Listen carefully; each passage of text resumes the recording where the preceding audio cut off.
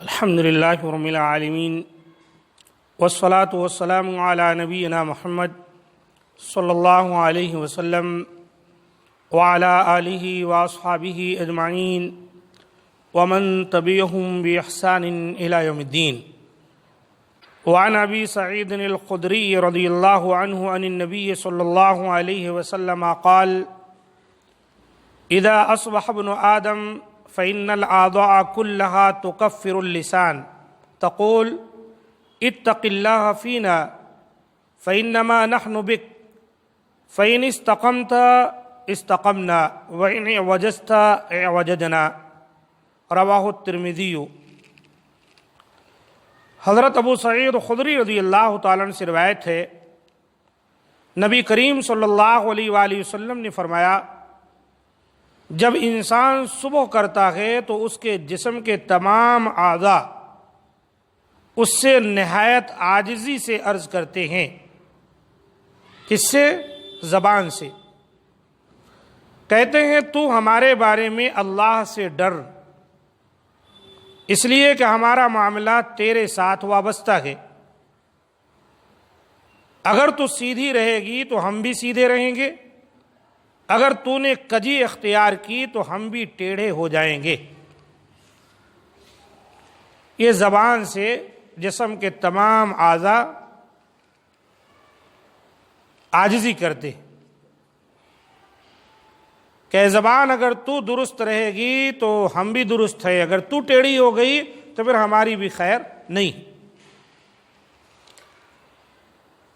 اس سے واضح ہے کہ زبان کو سوچ سمجھ کر استعمال کرنا کتنا ضروری ہے، کہ زبان کی ذرا سی بے اعتدالی کی سزا پورے جسم انسانی کو بھگتنی پڑتی۔ لڑائی جھگڑے ہوتے ہیں تو مار جسم ہی کو برداشت کرنی پڑتی ہے، بعض دفعہ جسم کو ہمیشہ کی نیند تک سلا دیا جاتا ہے۔ ٹیڑھے ہونے کا مطلب یہی ہے کہ زبان کے ٹیڑھے پن کے زد پورے جسم پر پڑتی ہے، اور سیدھے رہنے کا مطلب ابتلا و آزمائش سے محفوظ رہنا ہے۔ یعنی زبان ٹیڑھی ہو جائے گی، طرح طرح کی مصیبتیں جسم انسانی کو اٹھانے پڑیں گی، اور زبان اگر سیدھی ہے تو بہت ساری آزمائشوں اور امتحانوں سے ایک انسان نجات پا جاتا ہے۔ ایک دوسری حدیث میں دل کو تمام جسم انسانی کی اصلاح یا فساد کا باعث بتلایا گیا ہے کہ اللہ کے رسول نے فرمایا، تمہارے جسم میں ایک گوشت کا لوتھڑا ہے، ٹکڑا ہے، اگر وہ درست ہو جائے تو سارا جسم درست رہتا ہے، وہ بگڑ جائے تو سارا جسم بگڑ جاتا ہے۔ پھر آپ نے فرمایا، الا خبردار رہو، وہی القلب، وہ دل ہے۔ تو اللہ کے رسول صلی اللہ علیہ وآلہ وسلم نے دل کو بھی تمام جسم انسانی کی اصلاح یا فساد کا باعث بتلایا ہے، جبکہ اس حدیث سے زبان کا یہ مقام واضح ہوتا ہے تو ان میں باہم کوئی تعارض نہیں، اس لیے کہ زبان دل کی جانشین اور اس کی ترجمان ہے، اور انسان زبان اور دل دونوں کے مجموعے سے عبارت ہے، اور آدمیت انہی دونوں چھوٹی چیزوں کا نام ہے۔ ایک عربی مفکر نے کیا خوب کہا ہے، لسان الفتى نصف و نصف فؤادہ، یعنی آدمی کی زبان آدھی ہے اور اس کا دل دوسرا نصف ہے۔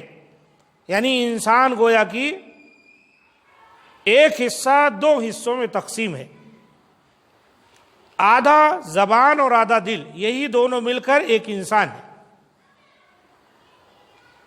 تو اس لحاظ سے نبی صلی اللہ علیہ وآلہ وسلم نے یہاں جو اپنی زبان کو اپنے قابو میں رکھنے کے لیے بتایا، تو زبان کی اہمیت کیا ہے دیگر اعضاء کے سامنے، وہ اللہ کے رسول نے واضح کیا۔ اللہ تعالی ہم تمام کو اپنی زبان کی حفاظت کرنے کی توفیق دے، اور زبان سے خیر و بھلائی کے کام، ذکر و اذکار اور جو نیکی کے کام ہیں ان کو انجام دینے کی توفیق دے، برائیوں سے محفوظ رکھے۔ ھذا ما عندی، سبحان ربک رب العزۃ عما یصفون، وسلام علی المرسلین، والحمد للہ رب العالمین۔